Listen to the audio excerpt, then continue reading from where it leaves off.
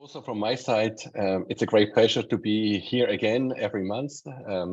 It really feels good to have a connection all over the world. Foremost, I would like to thank to the three presenters. We have again the opportunity, let's say, to span the entire world from Seoul this time over Boston, Harvard, and Rochester in the Mayo Clinic. And I think we have also an exciting panel. And we are looking forward to having fruitful discussions. We will start today with Ilkyu Han from Seoul, and we are looking forward to hearing your case. Please go ahead. My name is Ilkyu Han. I'm from Seoul, South Korea. I work at Seoul National University Hospital. I'm an orthopedic oncologist. It's a great pleasure for me to present in this meeting. So I'm going to present a case. The patient I've been treating for more than 2 years now, and who presented with the soft tissue sarcoma of the chest wall. So this patient is a 40-year-old lady who's a high school teacher, and she was referred to my institute after being diagnosed with the spindle cell sarcoma of the right chest wall. She has a history of being treated for the right breast cancer about 5 years ago. She had a breast conserving lumpectomy and axillary lymph node dissection, along with post-op radiotherapy and also post-op chemotherapy. This is the radiation field for her breast cancer treated 5 years ago. And she was given 60 C-grays to the breast and 40 C-grays to the supraclavicular lymph nodes. This is the MRI, at the initial MRI of her chest wall mass. There's a very well enhancing soft tissue lesion on her right anterior of her chest wall. The mass is centered between the pectoralis major and pectoralis minor. And this mass has some solid and cystic components and has a very infiltrative margin along the periphery. On sagittal T2 weighted image, you can actually see the tumor invading the part of the mid clavicle, and the cystic portion of the tumor is actually interdigitating between the branches of the brachial plexus, but doesn't seem to be invading the plexus. And it also is looking as if it's compressing the axillary subclavian vein. So this is the core needle biopsy report I got. So as you can see on the slide, there's it's a spindle cell sarcoma with probably mild increased cellularity with mitosis of 4 per 10 high power fields. So we diagnosed this tumor as a spindle cell sarcoma. So to summarize the peculiar characteristics of this patient seems to have a radiation-associated sarcoma coming from the breast cancer she got treated 5 years ago. The tumor does not have any metastatic disease. It is localized, but looks very infiltrative along the periphery of its margins. This seems to be a very kind of a difficult location for achieving adequate surgical margin. And this patient is a very active and young patient who wants to live very actively. So these are the characteristics of the patient I can summarize. So this is the first topic I want you guys to discuss. So how would you want to proceed with this patient? So I have 3 questions. The first question is, we can probably agree that this patient needs surgery. And for surgery, are you going to do a wide excision or a limb salvage? Or are you going to do a right out like a 4-quarter amputation. And then the question number 2 would be, will you be adding radiation therapy? That seemingly looks very locally infiltrative tumor. If you do add radiation therapy, are you going to do it preoperatively or postoperatively? The third question is that are you going to add chemotherapy? So if you're going to do it, are you going to do it preoperatively or postoperatively? So these are my 3 questions I think we can discuss, hopefully. Now, Eugen, did you prepare a slide for this? No, we have no slides for this. Okay. We did not receive the slides up front. This is the Okay. problem. No, we just go from here. I think that's a very good point. I think we have right now radiation oncologist Gabi among us. Or let's say, first of all, we go for the pathology. We have Gunhild Mechtersheimer, Andrew Folpe, and Beata Bode. Maybe Andrew, do you want to start about the biology? Well, I mean, you know, it seems fairly straightforward as a post-radiation sarcoma. Most of them will have undifferentiated histology. You could, you know, there's nothing wrong with just simply calling this a spindle cell sarcoma. This is a setting where the term fibrosarcoma is not inappropriate. I mean, we've sort of moved away from using that term, but in the post-radiation setting, it's a reasonable one. You know, in terms of grade, I guess, you know, we know from experience that the great majority of post-radiation sarcomas really ultimately prove to be high grade. And so I guess if any decisions would be made based on grading of the lesion, I would, you know, wonder about, you know, possibly rebiopsying it to identify higher grade areas, or just simply going along, you know, experience. So again, in summary, I would be approaching this as an essentially undifferentiated, likely high grade, basically post-radiation fibrosarcoma. Beata or someone else? In Gunhild? I have the same idea. The only question, but this has nothing to do with the therapy. Did you look for CMYC amplification? Yeah, we actually for the core needle, we didn't do any the next-gen sequencing. Yeah, but for the specimen after the first surgery, we did the next-generation sequencing, and we didn't identify any significant alterations that we can use for biologic chemotherapy. Okay. Yeah, well, I think the biopsy looked kind of low grade, but I think, you know, if you extrapolate it for the whole volume of the tumor, it's probably high grade, as Andrew and Gunhild mentioned. So very interesting. And now, just maybe briefly, Gabi, what's your basically take on a situation like this with respect to radiation? Thank you. Yeah, I mean, we have this nasty, terrible location of this tumor. We have this pre-operative pre-radiation, but it's a couple of years ago, as far as I understood. So our own last few cases have been re-irradiated.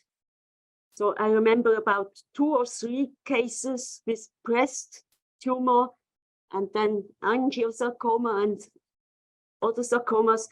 And I would probably deliver 5 times 4 gray to this tumor. Yeah. I see that among the participants is also Tom Delaney. He thought he does not gonna make it. He did make it. I gave him the opportunity to speak. Just if you wanna add from your side, please feel free. Whether it works. Bitte Ton einschalten. So maybe we go further. Let's say from the surgical standpoint, we have a few orthopedic surgeons, oncologists among us. Who wants to take the lead? maybe we stay in Asia. Shintaro, what do you think? How would you approach this? Thank you very much for presenting the case. So, can we see the slide of the MRI on the again? Okay. So, I agree with that. I agree that it's a really nasty location to complete the wide surgical margin. So, do you think, Shintaro, that a 4/4 amputation would be necessary, or do you think you could, in conjunction with radiation, address this tumor?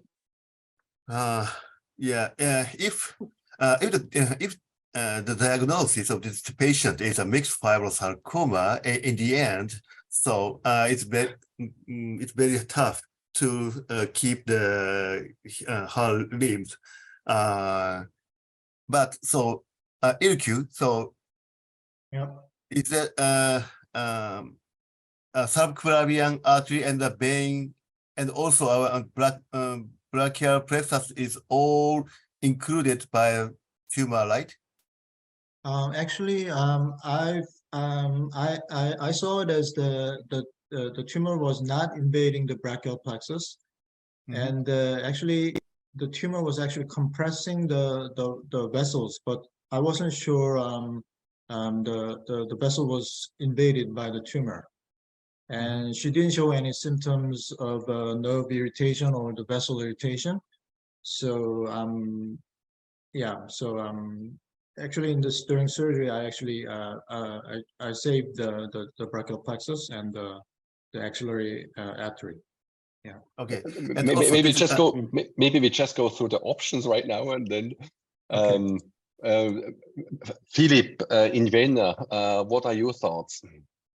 My concern in that case, and I'm very thankful and congratulations on sharing that case. My concern in that case would be that I see the biggest risk for positive margin in the cystic area, which is very deep down, close to the thoracic wall, which is close to the vessels.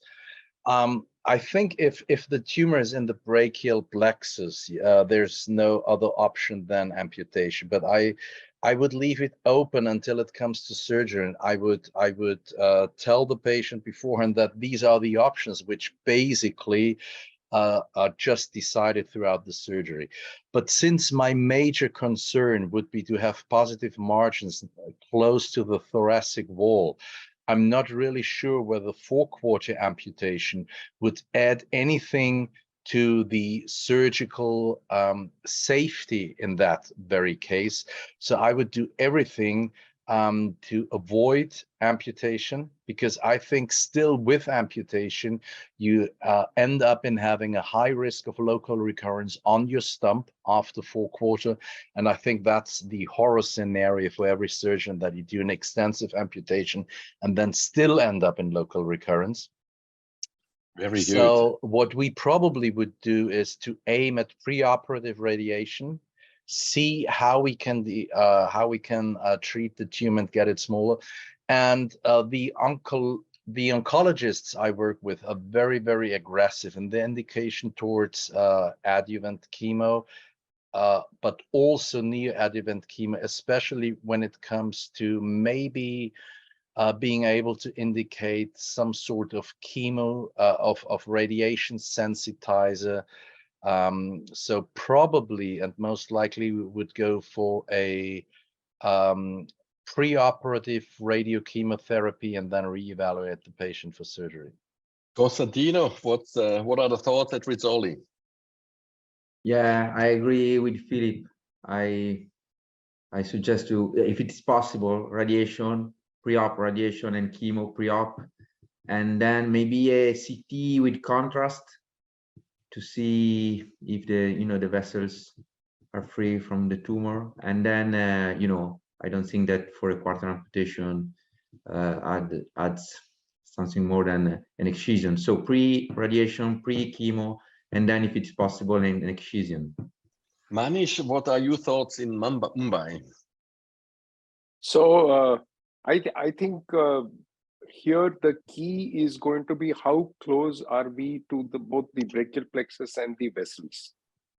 The vessels is not so much a concern because you can reconstruct them back again, but the brachial plexus is something which is very difficult to reconstruct and give function. Now, I don't agree that a 4-quarter will not improve the margin, because if you do the 4-quarter amputation with a part of the chest wall, I think you can get good margins both at the vessels as well as the brachial plexus, which are going to be the limiting factors.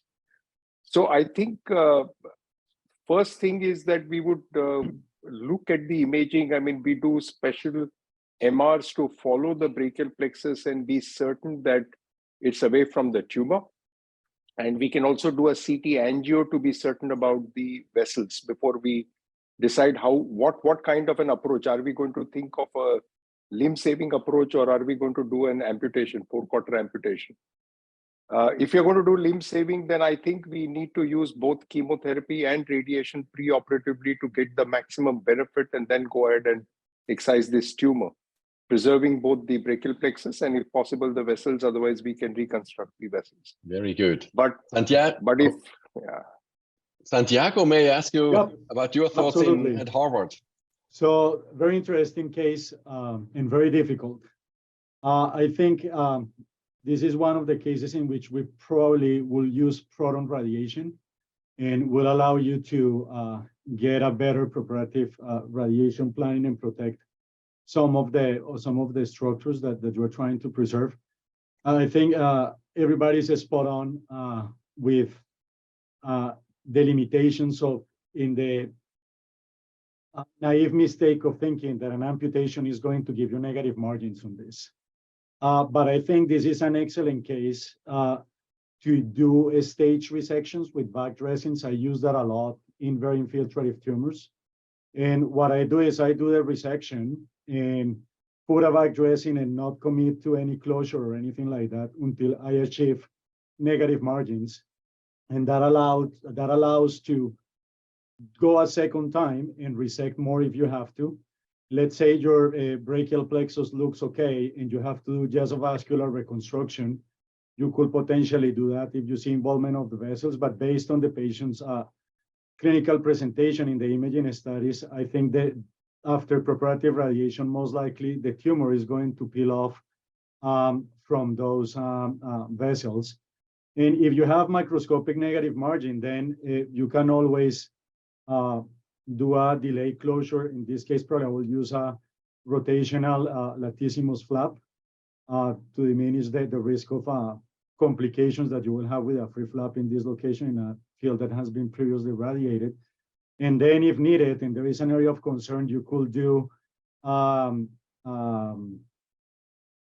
post radiation boost, albeit controversial, but I don't think absolutely crazy in a case where you're trying to decrease a local recurrence in the brachial plexus. So I definitely wouldn't go for the amputation up front.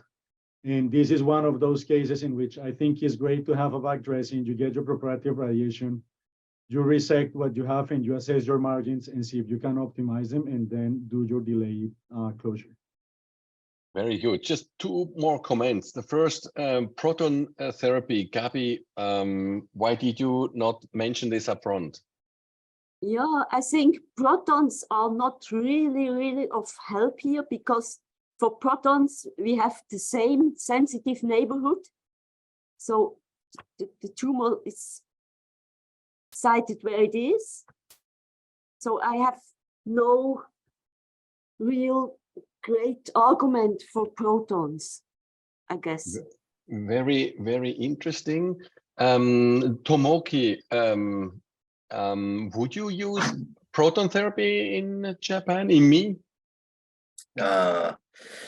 Yeah, sometimes, but maybe radiologist think this case we don't apply for the proton, because radiation sarcoma is not effective usually. So we we choose chemo compared to the radiation, I think. Very good. Unfortunately, Jean-Yves Blais could not yet join, neither Javier, neither Bruno. So we cannot discuss, but maybe for the sake of time, it's good that we are going back to Ilkyu. I really thank you, and you see how much discussion you already generated until now. What a fantastic case. Please continue. Yeah, so these are really great comments. I think all the right answers are there. So yeah, so what I did, I decided to do a excision first, and also of course try to get the R0 margins. And this is because I wasn't sure if amputation would really be helpful to get more safer margins than doing a wide local excision. And then the patient she's a very active teacher, and that's her dominant arm, so she didn't want to get amputated. And and also I plan to do a post-op radiation therapy, which is kind of our institutional thing, because we don't usually do pre-op chemo for pre-op radiotherapy for soft tissue sarcoma. We actually do mostly post-op radiotherapy.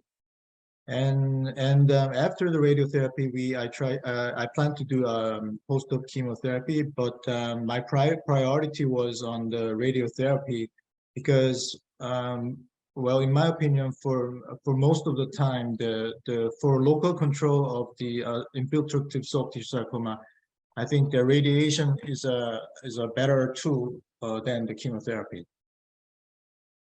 So this is how I did it. I did excision of the anterior chest wall, including the pectoralis, some part of the deltoid, and also the muscles arising from the coracoid process. And during the dissection, I could save the brachial plexus and axillary artery, but the axillary vein had a positive margin on the frozen section.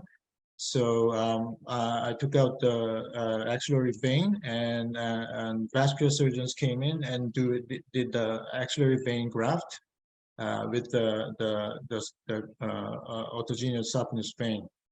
This is the resected specimen, and you can see the mid part of the clavicle resected with the main mass.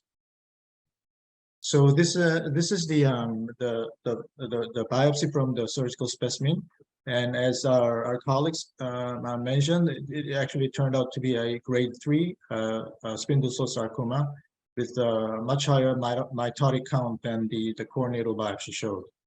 And the surgical margin, the histological margin was R0, but they gave it a very close margin. And our radiation oncologist planned an IMRT for this patient. This is the dose actual profile, which I'm not really familiar, but anyway, they plan to give 40 gray over 20 fractions. And this is the initial MRI I showed you the start of my presentation.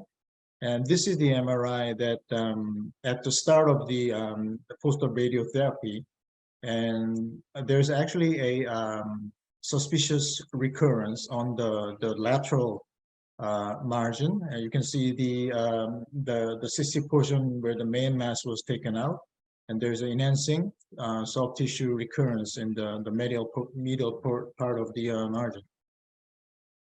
So this is the second discussion I wanted to suggest. So how would you want to proceed in this kind of situation? So you did a wide local excision, and you planned the radiotherapy as the package for your total treatment, but you identify a single local recurrence on the periphery of the margin. So would you continue radiation therapy as I planned? Or would you excise the recurred tumor and then do the radiotherapy? Or would you just stop the radiation therapy and go with some sort of a more radical amputation? Or would you stop radiation therapy and go with maybe a systemic chemotherapy? Philippe, may I put you on the spot?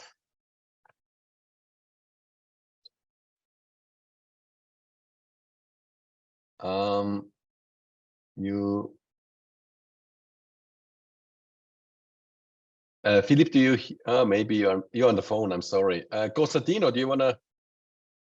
Yeah, the second one. You know, I don't think that you can continue radiation because the radiation cannot save the patient if she had a local recurrence.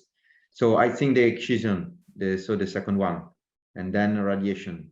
So yeah, this is my opinion. Any other thoughts from the orthopedic oncologist? Santiago, you're trying to say something? No, same. This is small enough, so I will just resect it. So totally agree. You mean agree with what? So with stopping the radiation, excising it, and then complete the radiation after you do the excision. Okay, yeah. What about Chintaro? What do you think? I agree with the Constantino. I will choose number 2. Yeah. Okay, any other thoughts? Don't you think we should do a biopsy to confirm a recurrence before planning to go in again and trying to excise it? Because in a post-op bed, sometimes it's very difficult to be certain from imaging that it's a recurrence. Ilkyu, how sure were you at that time that this is for sure a recurrence? Actually, the sequential MRIs, I mean, after this MRI, the mass actually got bigger, and so although we didn't do a biopsy, we thought it as a recurrent tumor. And please continue. We are all wondering what you did. Okay, so I decided to continue with the radiation because as this is a very infiltrative tumor, I think the radiation would give the chance for the local control of the entire periphery.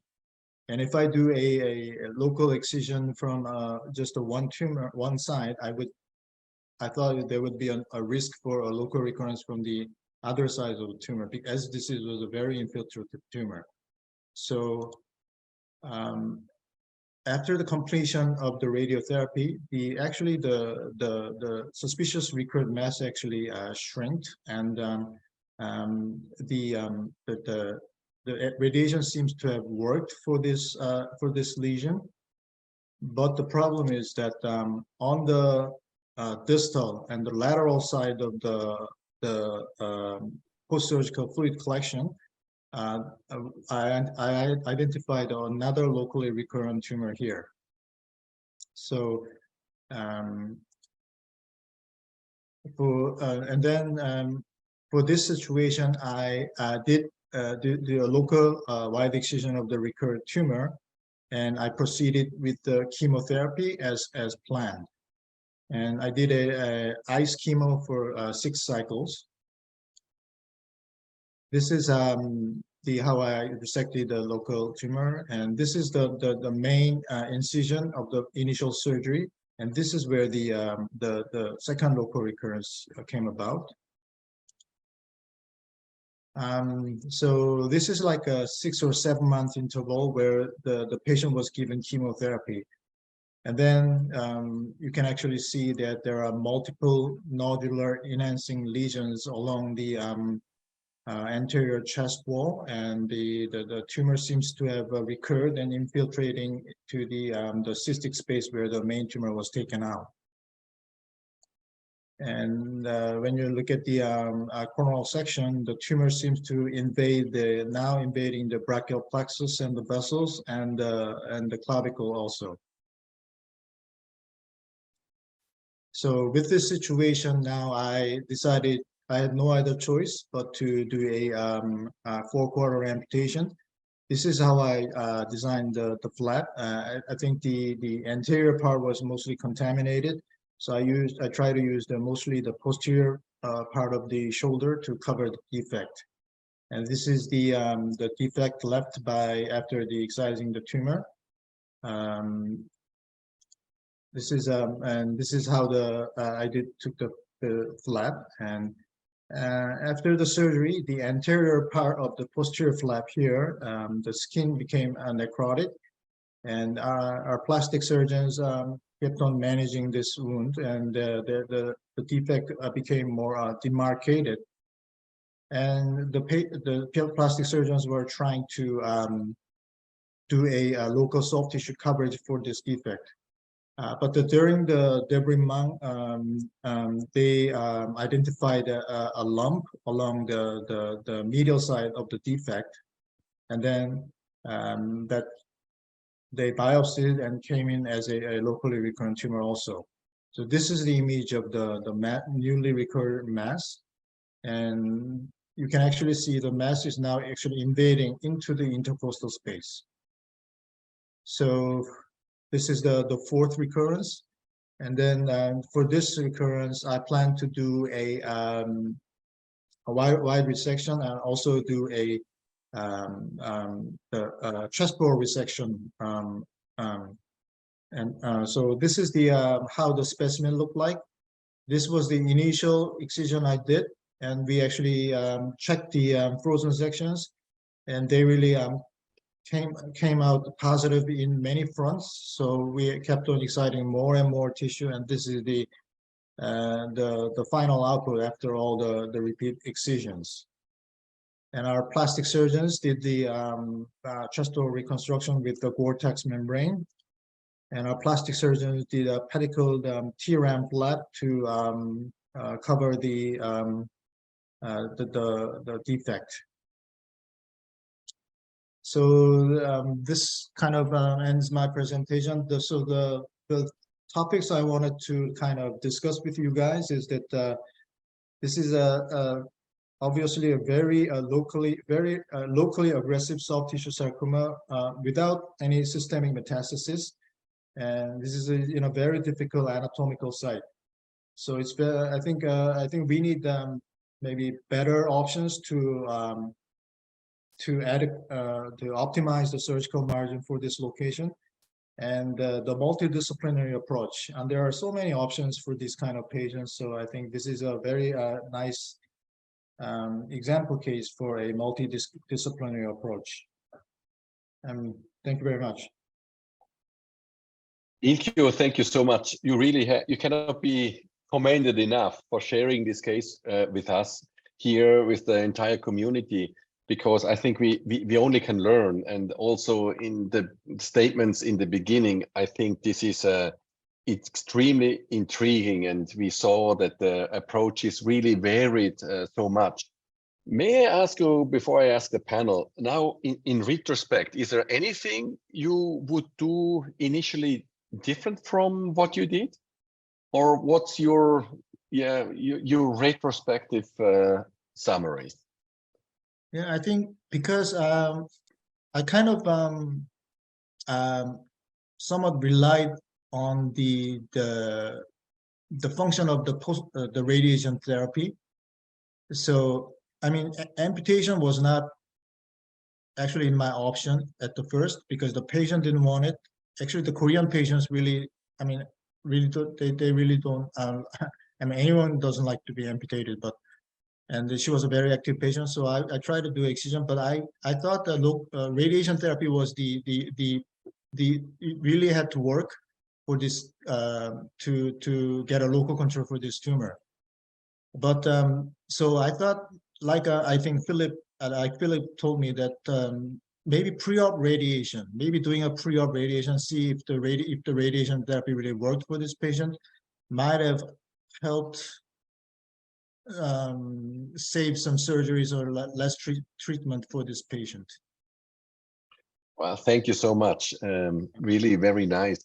Philip, what's your conclusion from this case? I think what we really can learn from this case is that the thoracic wall with the the musculature between the ribs is really a critical place to decide upon surgical margin. And I think Manish also had already addressed that when he said that the 4-quarter amputation in that case should be performed together with thoracic wall resection. I mean, this is a very extensive surgery, but at least you get the advantage that you can take a fillet flap from the lower arm to cover the defect. But if you decide against amputation, then I think what we can learn from that case is that somehow we potentially should include the thoracic wall into our treatment concept when it comes to treat tumors which are attached to the thoracic wall. And maybe we could do like a Ewing kind of approach where we say, if we do not resect the thoracic wall, then at least we should include it in the radiotherapeutic regimen. I don't know whether this has been done in the post-operative scenario in that case, but potentially we should be very aggressive in including the thoracic wall in our treatment concept when it comes to treatment of tumors which are so close to the wall. I also learned, well, thanks so much, Philip. I also learned that there are obviously cultural differences which may play a huge role. In Japan, Shintaro and Tomoki, is this comparable to South Korea, that the people are very reluctant? And afterwards I will ask Manish whether the threshold might be different in India. Shintaro, Tomoki, what do you think? I think it's a very similar situation, even in Japan. It's very reluctant to do the amputation for the very healthy young patients. So I can understand the Ilkyu what think about it. Absolutely. Recently, we applied to the small nodules to do the cryoablation. So when the local recurrence, I tell to the choice of cryoablation because it's very too difficult to control the local management. So we sometimes should do the palliative therapy for preserving the limb. Thank you. Very good point too. Manish, how do you see now the situation in this context? My experience has been that radiation-induced sarcomas are very difficult to manage with narrow margins. So I think these are the cases where we would want as big a margin as one can. And I think this case is a classic example that the first time around, if you get a good margin, then probably we have the best chance of not getting a local recurrence. As far as convincing the patient is concerned, I think in India, at least they would listen to what their doctors say. And if you think that's necessary for saving the patient's life, then I think they agree for that. Although there are some people who have come and told me that they would rather die than accept an amputation, in which case then you have to warn them about the local recurrence, and if they're prepared for it, then we would do exactly what Dr. Hans did. Thank you. Constantino, what's the situation at Rizzoli? Yeah, very challenging patient. I mean, when the sarcoma is very, very close to the vessels, the nerves, so the neurovascular bundles, you know, we usually suggest to do radiation before. That, you know, that could be helpful to have safe margins. So my only, you know, suggestion is maybe radiation before and then an excision. But maybe the story was the same. I don't know. Well, I wish I still have hundreds of questions. Ilkyu, this was such a fantastic case that you shared with us, and you saw all the comments that we and the thoughts that we exchange, just fantastic. I cannot thank you enough for this contribution. My pleasure. I really suggest that we move on. The next case will be presented by Andrew Folpe from the Mayo Clinic. Well, great, thank you very much, Bruno. Actually, my last name is very good for screening telemarketers because it's actually pronounced Folpe. Don't ask. We don't know whether to blame Ellis Island or our relatives, but in any event, let me share my screen. So mine will be a little bit different. I'm sharing something that's a little bit new with you, and certainly it'll be interesting to see if there's points for discussion. But I thought it, as a pathologist, I would sort of give you a little bit kind of a new thing in soft tissue pathology. All right, so this was a 14-year-old boy who presented to a children's hospital up in Minneapolis, north of us, with a 3.7 centimeter neck mass. You can see it here on this axial T2.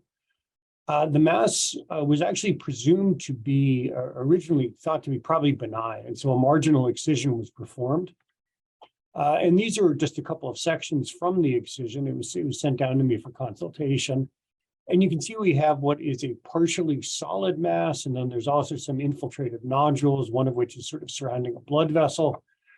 And at higher power, it basically would fall into the category of being a fairly primitive, somewhat epithelial to sort of round cell malignant neoplasm. And there would obviously be a fairly broad differential diagnosis for a lesion of this type, at least based just on this. So the question is what to do next. And I thought I would perhaps tease the clinicians just a little bit in the audience. And so just say, well, what we did next was next generation sequencing. We just rushed immediately to next generation sequencing. And we identified an EWSR1 ATF1 fusion. And so the question I guess I would have for the group at this point, and no one really has to respond, but is, have we made a diagnosis? I mean, we've done this sophisticated molecular test. We have a specific molecular answer, but does that give us a diagnosis? And so I would suggest that the answer is still no.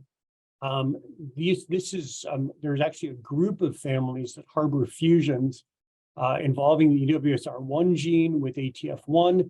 The CREB1 gene is closely related to ATF1, and the FUS gene is closely related to EWSR1. And so you can get basically any combination of these. So what could this tumor be? Well, it could be malignant, right? It could be a clear cell sarcoma, because those have this fusion. It could be a benign pediatric tumor, right? Because we're dealing with a child. So maybe it's an angiomatoid fibrocystic which is a mostly benign lesion. Could be a gastrointestinal clear cell sarcoma or up in the neck. So that doesn't make much sense, right? Salivary gland tumor, could it be that? Well, location's not bad, right? We could probably rule these out, right? Because this is a pulmonary tumor and this is a CNS tumor, but you can see that actually just having the molecular still leaves us with a lot of questions, right? So the truth is that isn't what we did. We actually looked more carefully at the tumor. And so this is a little bit higher power view, and you can see that the tumor is composed of these rather primitive appearing epithelioid cells. You can see them a little bit higher power here. They tended to have sort of grooved or folded nuclei. And one very interesting feature was that many of the tumor cells were associated with osteoclasts like giant cells. And this is actually an important clue to what we're dealing with. We did some immunohistochemistry here. The tumor was positive for S100 protein. It was positive for SOX10. So for those of you who know your pathology, that would be pretty good for clear cell sarcoma, right? But what would be unusual for clear cell sarcoma is that this tumor is actually negative for all the melanocytic markers, HME45, melanate tyrosinase, and perhaps most importantly, microphthalmia in this context. And interestingly, it showed some synaptophysin expression. And so what this actually is an example of, again, something that's somewhat new. It's an example of what we call a malignant gastrointestinal neuroectodermal tumor occurring outside of the GI tract, or what we now call an extraenteric malignant gastrointestinal neuroectodermal tumor. So a little bit more about the patient. Again, the tumor was originally marginally excised. He was given postoperative radiotherapy because of what was felt to be persistent local disease. Chemotherapy was not given for reasons that we'll get to. And he's currently alive with disease about 15 months after presentation. All right, so this is something that we recently published in collaboration with some colleagues at Brigham and Women's Hospital and also at MD Anderson. Quite a rare tumor, so we had 11 cases. It shows a fairly pronounced female predilection, usually occurs in sort of young to middle-aged adults. The tumors can occur in basically any somatic soft tissue location, but they do show a predilection for the neck. And the morphologic features of these tumors in the soft tissue locations are actually absolutely identical to what we see in the GI tract. The immunophenotype is also exactly the same. They express S100 protein and SOX10, but unlike clear cell sarcoma, and I'll come back to why I keep mentioning that, they're negative for HMB45 and these other melanocytic markers. And one of the interesting aspects of these tumors is that they show neuroendocrine marker expression. So they express markers such as synaptophysin or CD56 or less often chromogranin. One thing that we found in this series, which is somewhat interesting, is that about half of them are positive for ALK protein.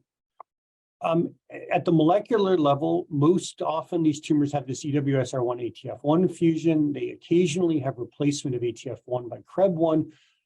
And we actually found one with a very unique fusion type that had previously only reported in myoepithelial tumors, this EWSR1 PBX1. And this tumor I'll show you later, but it's absolutely identical to the other cases. So what about follow-up? Well, we were fortunate to get follow-up in 10 of our patients with a median of about 34 months, range going out to about 180 months. 4 patients unfortunately succumbed to the disease, and you can see in relatively short period of time. 1 patient is alive with metastatic disease. The patient that we're discussing is alive with local disease. And 4 patients, thankfully, are thought to be disease-free. So overall, there are about 19 reported cases of gastrointestinal neuroectodermal tumor arising outside of the GI tract. Again, as in our series, it seems to be more common in women, seems to be more common in sort of young to middle-aged adults, and does seem to like to involve the tongue as well as the neck region. Molecular findings, again, are consistent with what we found. Most common is this ATF1 fusion followed by CREB1. And then there are single case reports of tumors with either PBX1 or CREM1. Follow-up, again, people have been pretty good about getting follow-up in these tumors, unlike a lot of stuff in soft tissue these days. About 17 cases, and again, as you can see, a significant percentage of patients either die of disease or were alive with either metastatic or unresectable disease at the time of last follow-up. All right, so a little bit more about this tumor. Well, it's been described under quite a few different names. It was originally described by Charlie Alpers and Jay Beckstead, both of whom, interestingly, are actual renal pathologists. And they reported this in 1985 as a malignant neuroectodermal or neuroendocrine tumor of the jejunum with osteoclast-like giant cells. We only had black and white in publication back then, but you can see the morphology with the osteoclastic giant cells is basically identical to what we had. Now, it was subsequently reported under another name by Dr. Rozai, and I'm sure many of you have heard of Dr. Rozai, probably the most famous pathologist of the last 50 years, unfortunately deceased a couple of years ago. Dr. Rozai unfortunately caused a little bit of confusion here. He reported this as this osteoclast-rich tumor, and then he said, well, and it sort of looks like clear cell sarcoma of soft parts. And he was basing that mostly on the molecular as well as the S100. And I certainly wouldn't want to badmouth Dr. Rozai, but he was really wrong here. It doesn't look anything like clear cell sarcoma. We'll come back to that. And I think it caused some confusion over the years. This was followed by a report that came out of the Memorial Group, basically showing this fusion we've just talked about. And again, using this clear cell sarcoma terminology, which again, I think has resulted in confusion in the literature. And then subsequently, there was this somewhat larger paper that came out of a variety of different groups, MD Anderson, Medical College of Wisconsin, coining this new term, which we now try to use both in the GI tract as well as in extraenteric locations. A couple examples just of gross pathology. This was one occurring in an enteric location, this one in the small bowel, presenting as this area of stricture. And you can see this solid submucosal mass invading into the wall of the small bowel. This was a case we had at Mayo not too long ago. It was a patient who presented with a tumor in the stomach, which was found to be another one of these. And again, you can see on the whole sort of a circumscribed tumor, but notice how it's really infiltrating out into the adventitia of the stomach. Morphology is pretty stereotypical, very similar to what I've shown you already. These very primitive, somewhat featureless, round to somewhat epithelioid cells, often growing in sort of pseudo-alveolar or pseudo-papillary formations. Again, you can see them a little bit higher power. One of the most characteristic features, and we don't really understand why they're there, are the presence of osteoclastic giant cells. And this is unique among the tumors in the differential diagnosis and is not a feature of clear cell sarcoma, as we'll come to. Immunohistochemically, these tumors express S100 and SOX10, but they're invariably negative for melanocytic markers. And as I mentioned, about half of them are positive for ALK protein. Just to show, this is the case that had this very strange fusion, the EWSR1 PBX1 fusion. It occurred in location in the subcutis, morphologically identical to what we've seen before, including osteoclastic giant cells, positive for SOX10, negative for melanocytic markers. This was the case that we had in the stomach. It was an interesting case that actually showed a very abundant granular cytoplasm, what we might call oncocytic or granular cell change. In fact, it was so granular that I misdiagnosed the needle biopsy as a malignant granular cell tumor. When we got the resection, it showed more typical features of malignant gastrointestinal neuroectodermal tumor. Interestingly, this patient very recently presented back to Mayo Clinic with metastatic disease in the lung, about 7 years after presentation.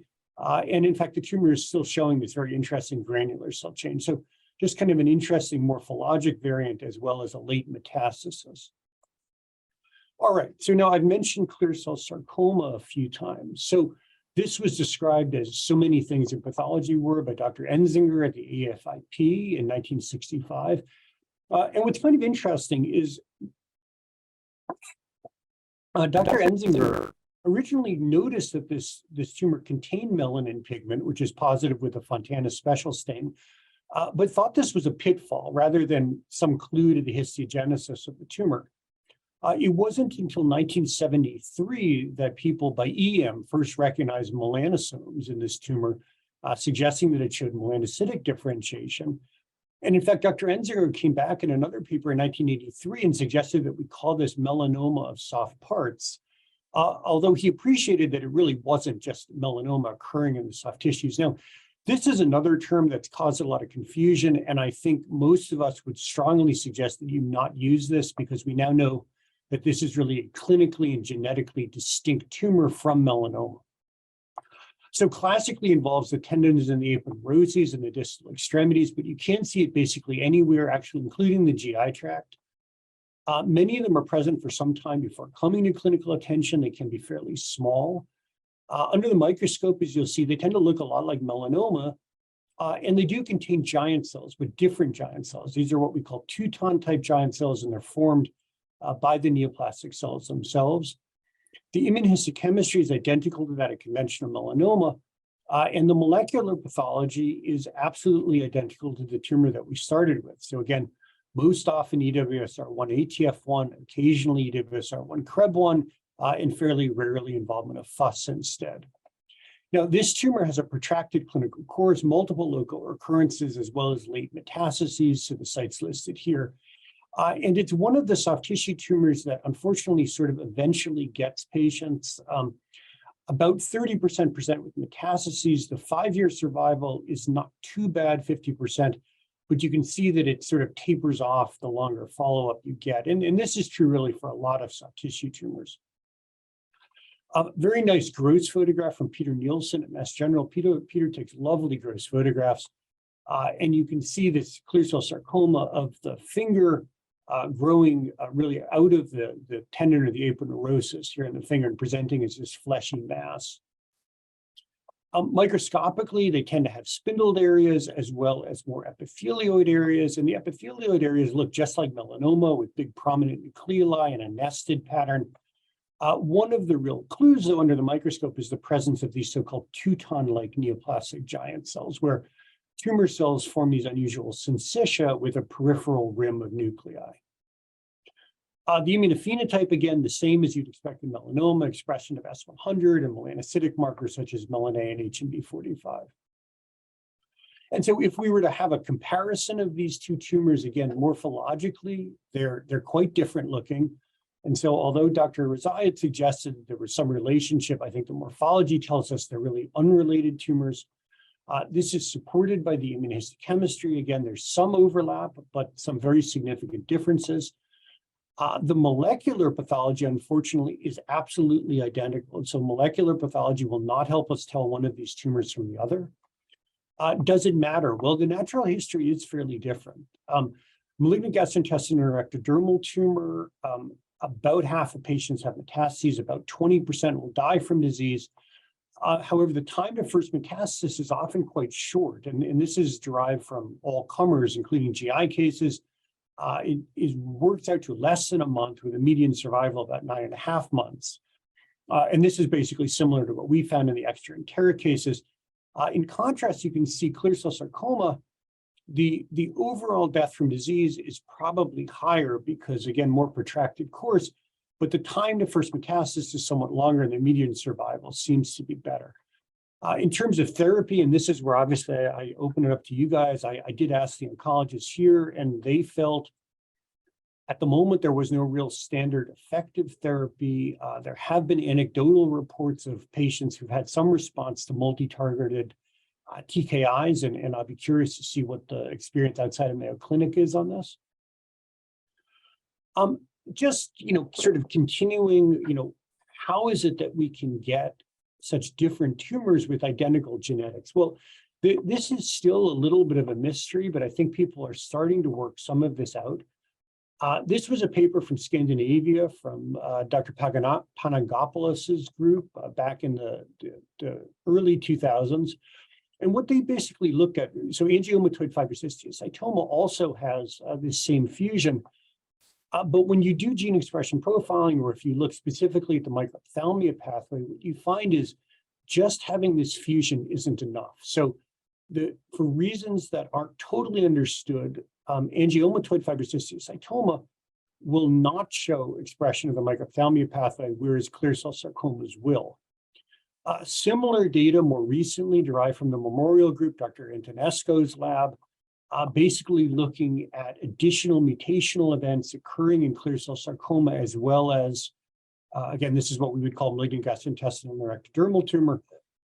And you can see, despite identical fusions, TERT mutations and CDKN2A mutations seen in clear cell sarcoma, but not GI clear cell or MGNAT, whereas P53 mutations and DIS mutations found here. Dr. Antonescu, that lab has actually carried this a little further. This is some work that she does with a very talented molecular biologist, Dr. Vanoli. They've been doing CRISPR work, basically implanting this fusion into cell lines. And what they found, and this is a very good paper, it's very sophisticated, and I won't attempt to do justice to it in just a couple of minutes. But basically, it turns out that you get the molecular signatures of either clear cell sarcoma or malignant gastrointestinal or ectodermal tumor, really depending on what type of cell line you implanted. And it basically is in agreement with other data we have these days suggesting that basically the cell of origin, the cell that undergoes the fusion event, basically is responsible for the type of tumor. So we really will ultimately someday need to know more than just the fusion. We'll need to know, what else is going on, and hopefully we'll someday have some way of telling where did this fusion event occur. So with that, I'm done. This is southeastern Minnesota. This is where I'm speaking to you from. It's quite a pretty part of the world. Spring is just coming. You can see a little bit of green. And with that, I am done and really welcome any input or questions or your own experience with tumors of this type. So thank you for allowing me to present.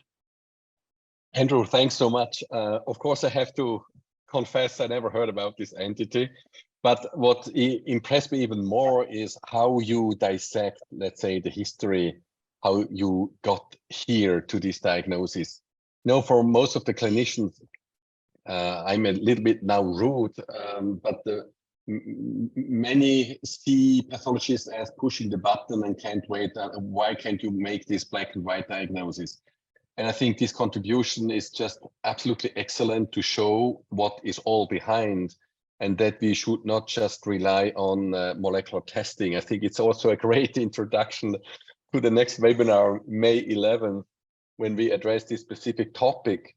But first of all, I think I would pass on the word to Gunhild and Beata. I mean, how do you comment what we heard? Thank you, Andrew, for this fantastic case. I think not many pathologists actually have seen or recognized this well, very rare entity. So my question would be, you know, if we look at all the clear cell sarcomas, how many of those would need to be reclassified as this entity? It happened to Dr. Rosa, maybe it happened to other pathologists as well? Well, I mean, as I'm sure you know, Beata, I mean, the morphology of this tumor and the immunophenotype is really, at least in my opinion, very different from clear cell sarcoma. I mean, clear cell sarcoma, you look at and you think melanoma. I think you look at this tumor and you think other primitive tumors like CIC tumor or B-core, some of those other things. So I think it's morphologically somewhat different.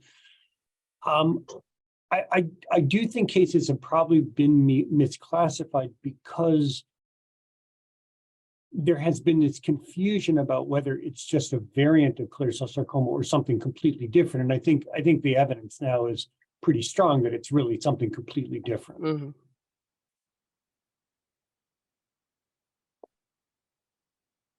Also, yeah, but thank you very much for this interesting case. I have to admit, I've never seen such a case. Did you see some one, Beata?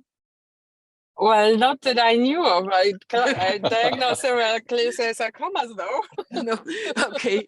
So, but I think I learned a little bit because some time ago I found it very difficult to make the difference between clear cell sarcoma of soft tissues and the clear cell sarcoma like tumors of the gastrointestinal tract. So I think I learned about the morphology and the negativity of melanocytic markers. But I think it's really, and therefore I think Andrew began with the fusion. This case also, this tumor entity shows how many different sarcoma tumor entities share the same gene fusion. So I think this is something which sometimes is difficult in daily practice for the diagnosis. Yeah, no, so, you know, the problem is, you know, then the clinicians come and ask you what should they do or what type of tumor is it, or so this is, you know, we need to kind of differentiate those tumors and gather the information of the follow-up so that we can kind of offer something for therapeutics. It's already, you know, enough difficult with clear cell sarcoma where clinicians still don't know, you know, I know cases which were still treated like melanoma because of this misnomer of old ages. So yeah, I think we need to recognize those tumors and gather the information, and then yeah, maybe we just kind of find something targeted. I don't know what the oncologists comment on cases like that. Okay, still two questions. First, what is the rationale for multi-targeted TKEs in therapy? And the second question, we know from clear cell sarcomas that they may stay stable for 5-10 years, and then they get, after 10-15 years, lymph node metastasis and so on. But if I've well understood, the MT nets are more aggressive. So the question is, should patients with such a tumor get an adjuvant chemotherapy or TKA? I'm not sure if the question is being addressed to me. I guess what I can tell you from our own because we have discussed this in tumor board. I don't know if anybody else from Mayo is on and wants to help, but I think that they have tried tyrosine kinase inhibitors of various types, frankly, because nothing else has worked, and they have seen some clinical responses. And there are a couple of papers in the literature, and if you find the paper that I started with our paper, there are a couple references in there to patients with this disease responding to TKIs. I forget off the top of my head exactly which ones they are.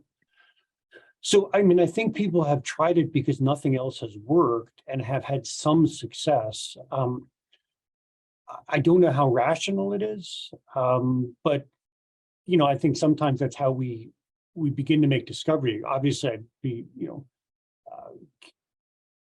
need a real oncologist to comment here.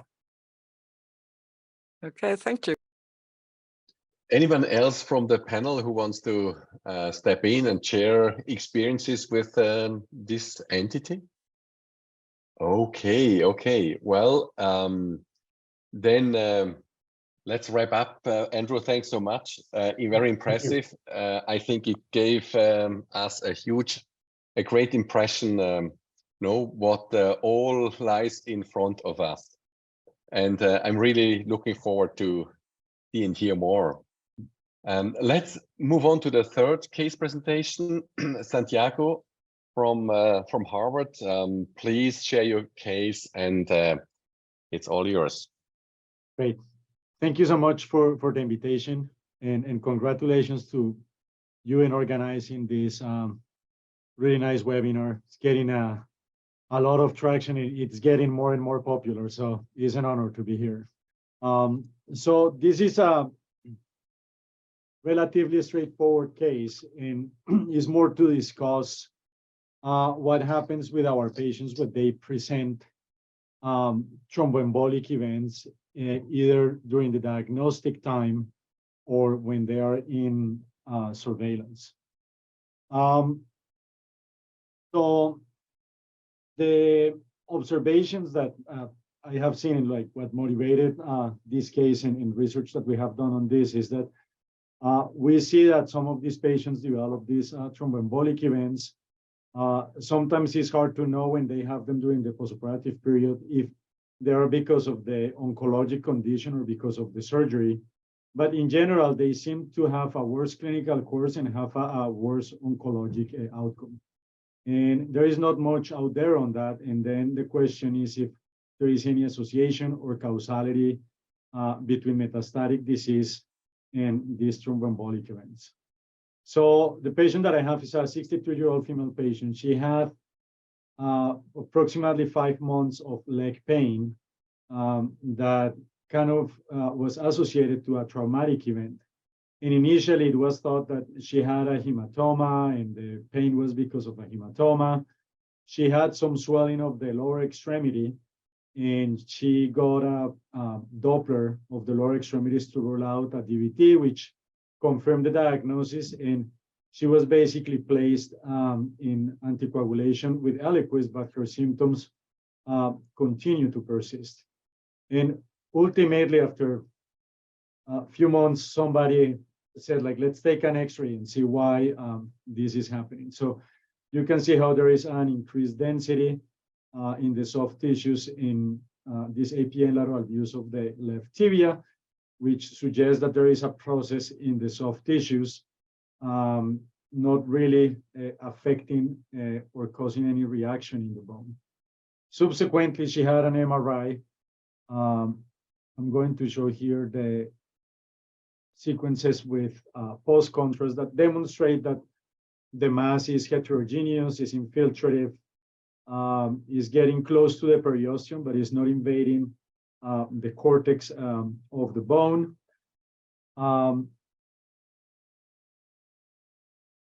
After these images, the patient underwent a biopsy, and that proved to be a high-grade myxofibrosarcoma. She got a CT scan of the chest for staging purposes, which show some undetermined nodules, but nothing that was suggesting the presence of metastatic disease at this point. So this moment, we have basically a patient with a a non-metastatic myxofibrosarcoma of the left lower extremity, and symptomatic DVT of the left lower extremity around the same time that was treated with therapeutic anticoagulation. So going into options here, what will be, and I will pass here the mic to you, Bruno, to get the input from the audience, but I listed there some options, and let me know what you think. I'm sorry. Thank you, Santiago. Philip, do you want to start with a suggestion? Sure. So some people will treat this with preparative radiation and do a resection with negative margins and do a plus minus postoperative radiation. That's institutional base, I think. Some people would do a front resection with postoperative radiation at a higher dose. Some people will do an upfront resection in temporizing with a back dressing and do the radiation post-op. And some people will do preparative radiation with the resection and do the back and then do a delay closure. So I don't know if maybe Constantino is around, or in that case, Philip. In that case, I would probably opt for the first option you indicate, because I'm increasingly using pre-op radiation in such patients, and I find it more and more useful in my experience. But I'm wondering what everybody else thinks. Yeah, no, Juan, I agree. Juan, what do you do in your place? Yeah, no, thank you for the invitation. I think these tumors, the myxofibrosarcomas, are very aggressive locally. Mainly these superficial myxofibrosarcoma, very infiltrative, very difficult to get negative margins. Of all those options that Santi put, there is also probably a fifth one.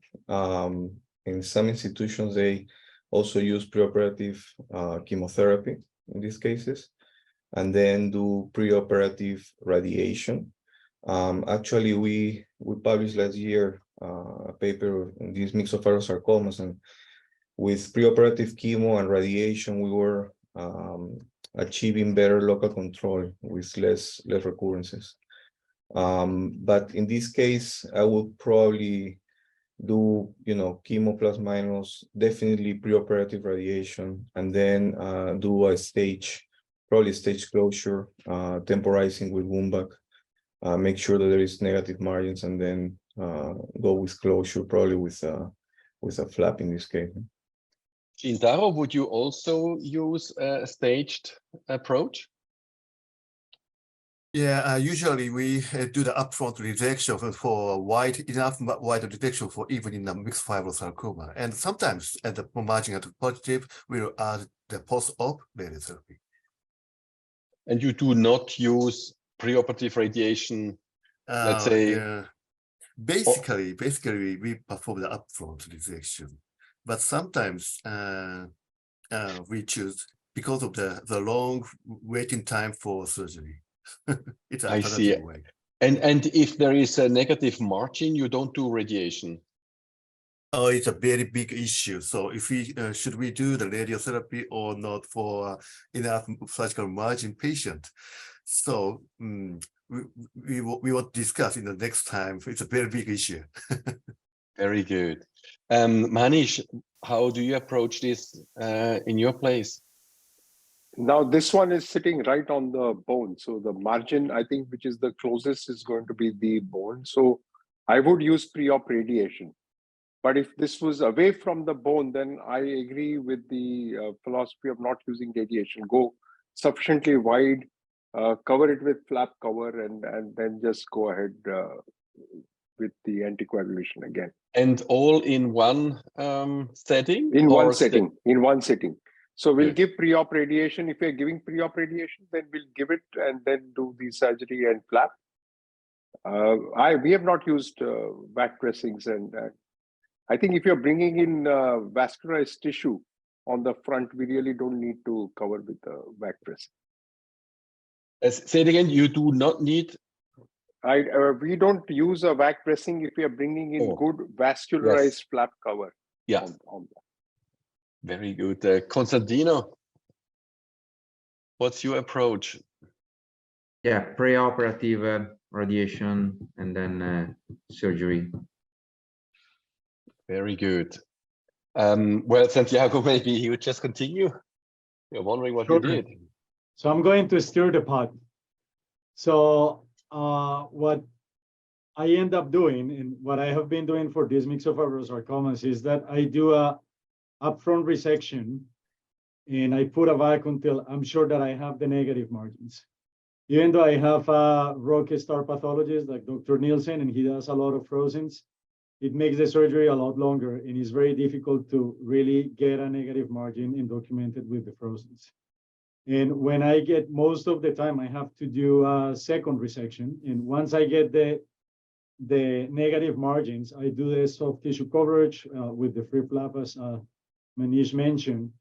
And I think that gives the radiation oncologist a field to determine the radiation. I think preparative radiation works. The problem is how you plan that preparative radiation in a myxofibrosarcoma. How you know that you are really covering all the area that is affected.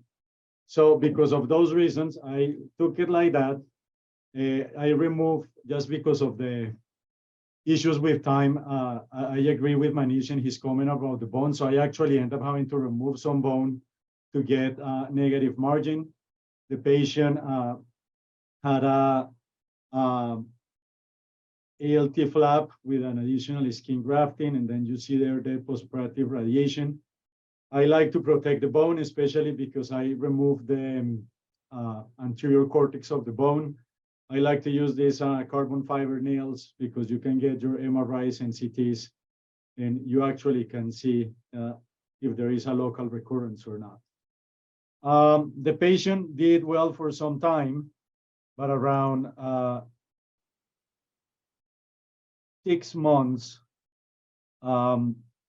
she presented a progression of metastatic disease in the lungs.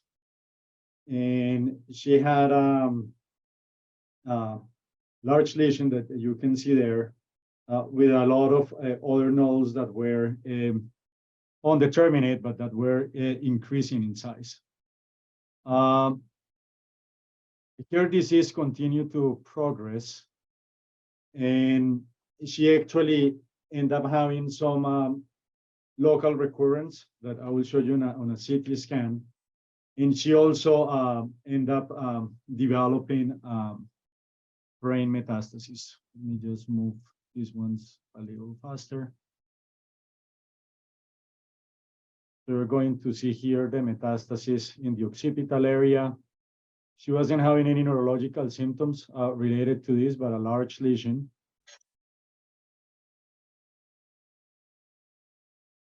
And then you can see here a CT scan. She had issues with MRIs, and it was very difficult to get MRIs because of anxiety and sedation, but the CT scan was good enough to show the very large local recurrence just after completion of treatment with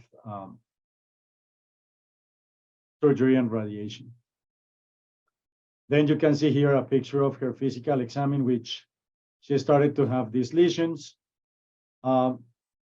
It was decided to start chemotherapy on her, and we deferred any other modalities of local control to get systemic at least containment. Initially, she was placed in adriamycin, which a progressive increase on dose weekly. She wasn't able to tolerate ifosfamide in combination, and she had disease progression on chemotherapy. So ultimately, she ended up joining a trial and was placed on pembrolizumab, in which she got a mixed response. Her lung disease got stabilized, but in the lower extremity, it kept progressing.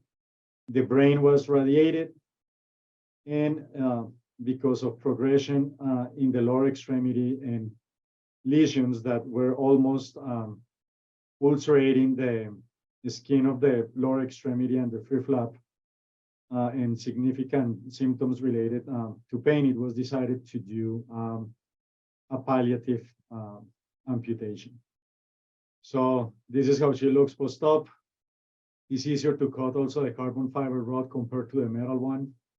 And she ended up with this below the knee amputation. So just to go briefly, we recently published in like what will be the implications of these DVTs and thromboembolic events in patients with soft tissue sarcomas. And we know that there are factors that determine the risk of metastasis. Everybody here is aware of the size of the tumor being a high grade, being located in the lower extremity. And we know that those are high-risk patients that benefit for the concomitant use of chemotherapy based on recent publications. But I think the important part of identifying these patients with thromboembolic events too and other risk factors is that maybe we should do more aggressive surveillance of those patients. Maybe we should be more liberal with the use of systemic treatment. And we should be able to identify modifiable or non-modifiable factors to try to optimize the outcomes of patients. So what we end up doing was to basically look patients that have thromboembolic events and study the incidence in our series. There is plenty of literature showing an average incidence of 7% in patients with soft tissue sarcomas having thromboembolic events. And we know that part of it is the surgery, part of it is the hypercoagulable state of in these tumors by direct or indirect modes. But then the question that is there with that association is the metastatic cancer what causes the DVT, or vice versa, is the thromboembolic event or involvement of the vessels that can make these patients at higher risk of metastatic cancer. So we look at our patients in our registry, and we end up getting 319 patients with soft tissue sarcomas that didn't present with metastatic disease and that eventually develop or not develop metastatic disease, and that eventually had or not had thromboembolic event.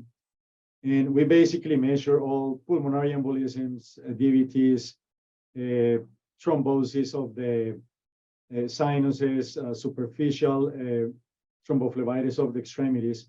And we also look at all the factors that we know that are risk for metastatic disease.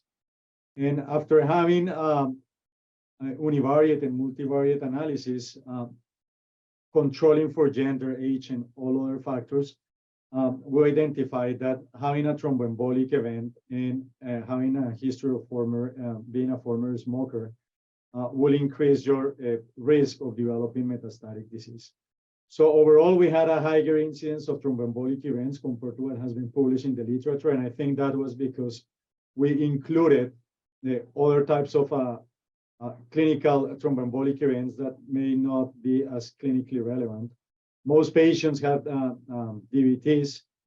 The mean time was 18 months and the median time was 6 months. For metastatic disease, the mean and median time was more prolonged, but some of these patients, in terms of thromboembolic events, had more than one effect. These are numbers of the patients that develop metastatic disease, which is comparable to what has been published in the literature. And these are the results of the multivariate analysis showing the increased rates that you see in patients with a thromboembolic event. We did two analyses. We did one taking all patients and then taking patients that developed the thromboembolic event 3 months after surgery to control for that postoperative period in which we're at higher risk of developing a thromboembolic event. And in both models, both findings were the same. So I think the takeaway points is that these patients usually have more lymphovascular invasion. These patients, even though there is a causation in this study, didn't show that causation, just the association and maybe increased risk. The risk of these patients in our series was 6.3 times more to develop metastatic disease than patients without metastatic disease. So I think this data implies that maybe we should follow those patients more aggressively. If you have patients that during preparative treatment with chemotherapy or radiation or during the postoperative period develop a thromboembolic event, those are patients to follow up more aggressively and maybe be more aggressive in terms of the indications for systemic treatment. And that's all, short and sweet. Santiago, thank you so much. I think you brought us an extremely important message, and you really have to be commended for this nice years that you published. Question up, maybe up front, did it change your practice? I mean, should we use more often anticoagulation to prevent the situation? So that's the $1 million question, right? Because I think as a specialty, we're going back and forward with this. Like, we're getting a lot of CT scans. Maybe we just should do more X-rays. We have all these CT scans that show undeterminate nodules, and we keep following these patients with CT scans. And when we actually intervene, is when you actually can see the nodules on the X-rays.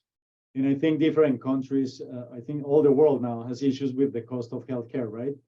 So we have all these guidelines in which I think we're trying to feed all patients in a single model. And I think the answer is to identify those high-risk patients that will benefit from having that more aggressive follow-up.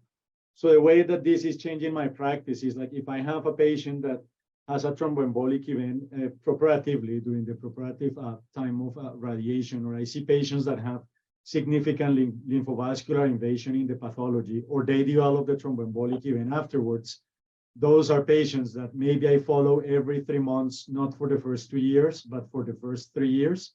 And those are patients in which I have a lower threshold to get a CT scan, and maybe not alternate as often with the chest X-ray. But there is research that needs to be done to evaluate this prospectively and see the cost and see if that intervention actually has an impact. Awesome, thanks so much. Gunhild, first, you agree that this is not explained simply by the biology of myxofibrosarcoma. There is more to it, right? For this, if let's say that the patient with this entity develops brain metastasis so quickly. Yes, I think so. Yeah.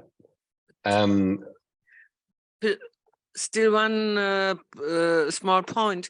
I think these tumors, the MFS, they grow very diffusely. So I think in Heidelberg we would do neoadjuvant radiotherapy in all cases which are more than 5 centimeters in diameter. But they don't have such a lot of metastasis normally. So I think. Well, you know, I think it's a superimposed problem, and you know, if we also go into the deeper literature, and that's a question also to Santiago. Did you know about the thrombocytes and neutrophils?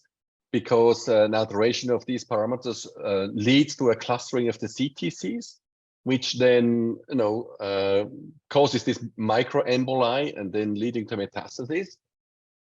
Yeah, so I actually, you know, when you brought that up in the invitation email, I took a read on that, and I agree. This is not because this is a myxofibrosarcoma. This is a weird myxofibrosarcoma that behave in a very unusual manner. Myxofibrosarcomas, the main issue is local recurrence. But going to the point of the postoperative radiation, because I know this is a very controversial point, we changed our practice for 4 consecutive years, and our historic recurrence rate doing the preparative radiation, resection, and then doing the plus-minus boost after a microscopic margin was around 38%. And if you look at all the literature, I think most institutions range between 35 to 42%. When we changed and we went to the resection with negative margins and add the postoperative radiation 3 centimeters below, like more distant to the margin, following as a marker your free flap, your skin graft, our recurrence rate came down at 2 years to less than 5%. So I have, of all these series, I have 3 patients that in all of them end up with amputations, the 3, that were treated with that method. And those are the outlier myxofibrosarcomas. We're sequencing those tumors and we're going to see what they have different that make them behave like that. I completely agree that preparative radiation is the way to go. It's a lower field, it's a lower dose, is less morbid for the patient. Is really the complications that we get with the postoperative course in terms of the surgical wound. But the question and the discussion that I have with our radiation oncologists is like, where do you stop with these myxofibrosarcomas?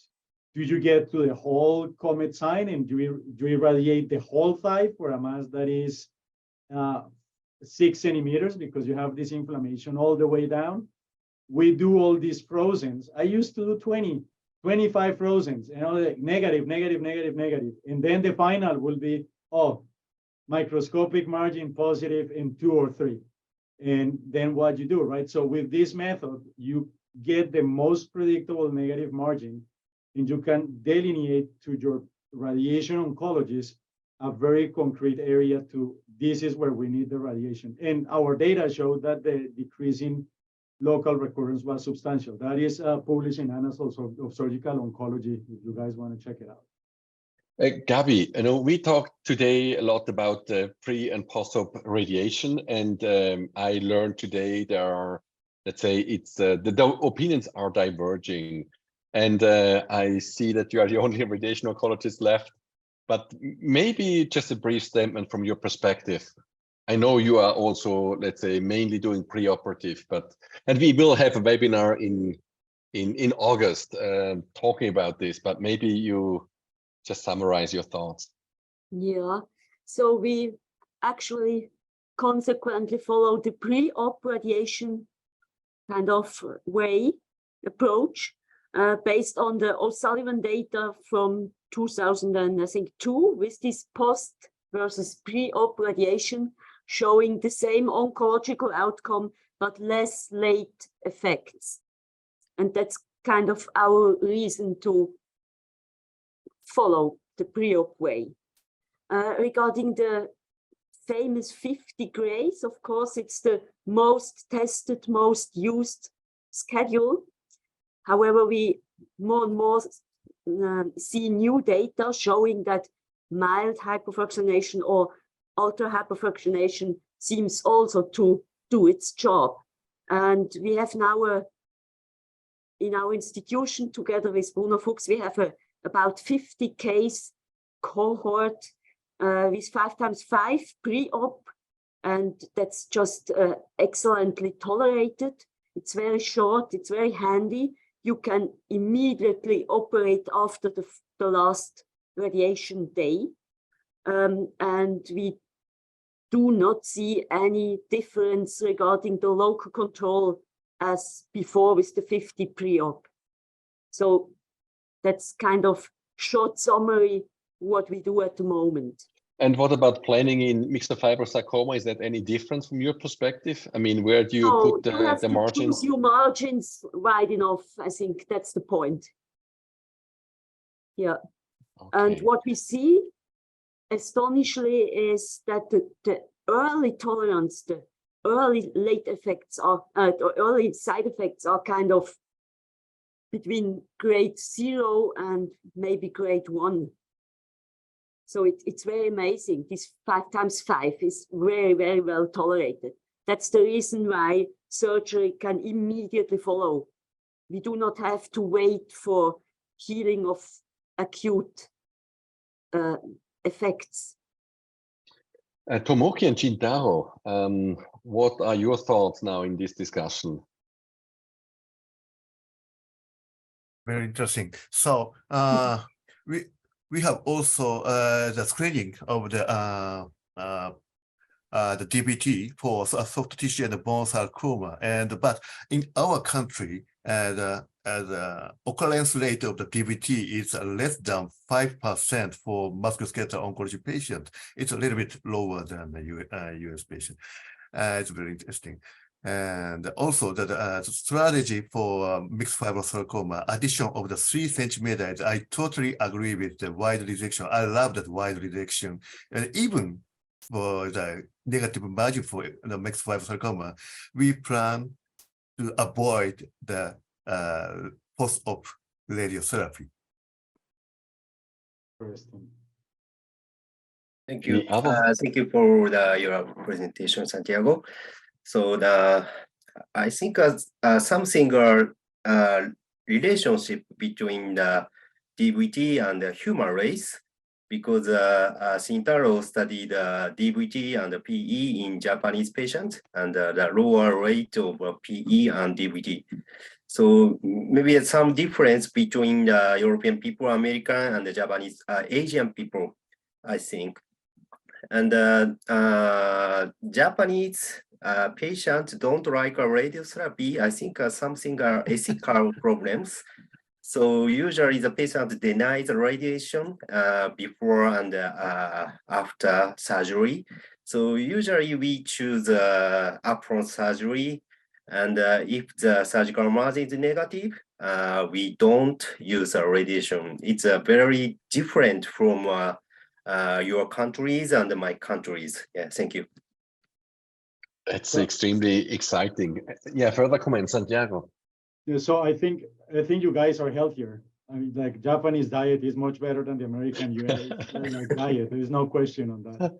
You know, it's a lot less smoking. But the reason why we use the radiation too is like people talk about all the time about this you know, like ischemic lesions that you get in myxofibrosarcomas, where you know, you get your negative margin and you have an actual physical negative margin, and then you go a little bit further and you can have another focus of disease.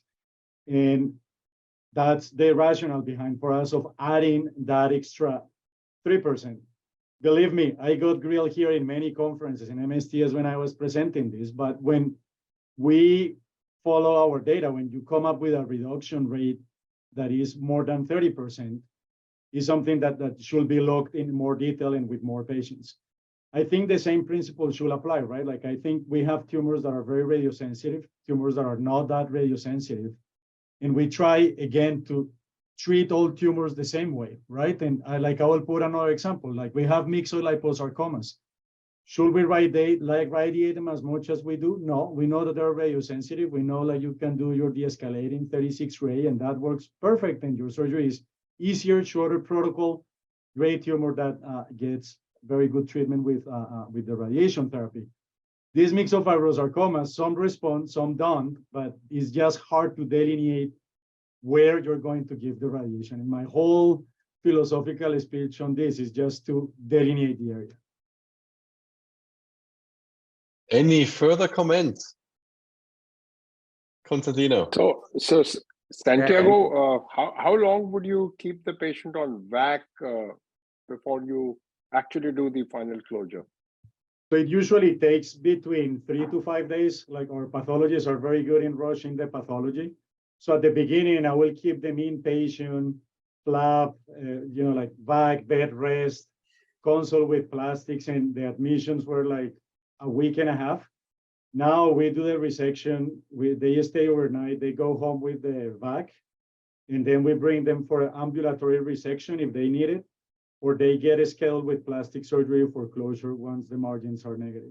And it makes easier to manage the OR time for everybody, right? Like you try to get in contact with your plastic surgeon. I can, but you can't, and like when we do it. So now we have a system where it kind of like goes pretty smooth. Constantino. Yeah, thanks. Now Italian people love radiation. I'm joking. So no, nice talk, Santiago. It's always a pleasure to see your talk. I have a question regarding the nailing the bone to protect possible future fractures. So we do the same like you when we use radiation and we remove the periosteum. We usually use a nail to protect the femur if we have a soft tissue sarcoma in the thigh. But I have a question. So I would like to change my approach because I'm thinking that fractures usually occur later, you know, after several years. And so, as you said, some patients are going to die. So to reduce the risk of infection, the time of the surgery, what do you think to delay the nailing the bone?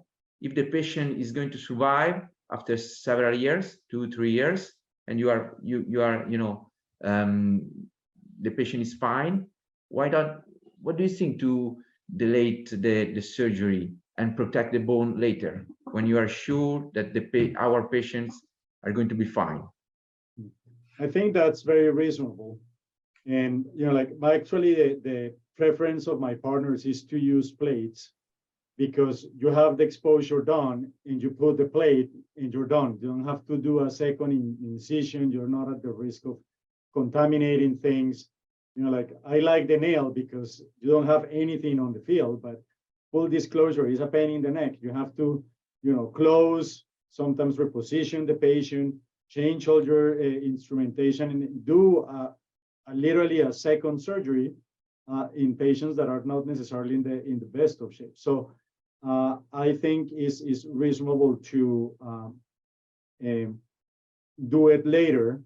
The reason why I do it in advance and things like that is these patients usually, if they're going to get chemotherapy or they're going to get something else done, kind of like the radiation oncologists and the medical oncologists want them like, okay, we're done, right? Like you don't need to do anything. You're not going to interrupt our therapy. We're not going to have any issues with that. So it's hard to identify which of those patients are going to fracture. And I think that's a very good research question. The problem is if you have the fracture, then you will be like, why I didn't put the nail and I was there. I will definitely do it delay if I have patients that have low dose. So if you have a patient that is a myxoliposarcoma and got 36, if it's the traditional 50, but a myxofibrosarcoma like this, where the patient is going to get 70 grade, and I remove part of the cortex, I do the nail before, I wouldn't wait on that patient. So I guess the criteria that I will use will be the dose that you give. But there is not much about it, and it's a very rare event, so it's hard to conclude something meaningful. Right? But I think it's reasonable to delay it in some patients. Okay, so I think we need to let our Japanese friends to go to bed. I think we need to wrap up. For me, it was just an amazing session, and many people who already had to leave confirmed that they are really thrilled what we all could discuss tonight. It's just awesome. I really want to thank all the three presenters. It was just fantastic what you did. We are well aware it always takes a lot of effort and time to do this, but I'm so glad that you could all benefit from your experience that you showed together. I also thank, of course, all the panel members. Also here, it's also a lot of time, but I think it's very inspiring to have these ad hoc discussions all the time. I could learn again a lot today. Of course, I would like to thank the team to have this exchange possible without any interruptions. And last but not least, I would also like to thank our sponsors, foremost PharmaMar, a company that makes us this all possible. And I'm really thrilled that we can continue. If you want to present cases or, let's say, take part in the panel discussions, please feel free to let me know if there is anything that you may want to suggest to improve. More than welcome anytime. And with this, again, thanks so much for everyone.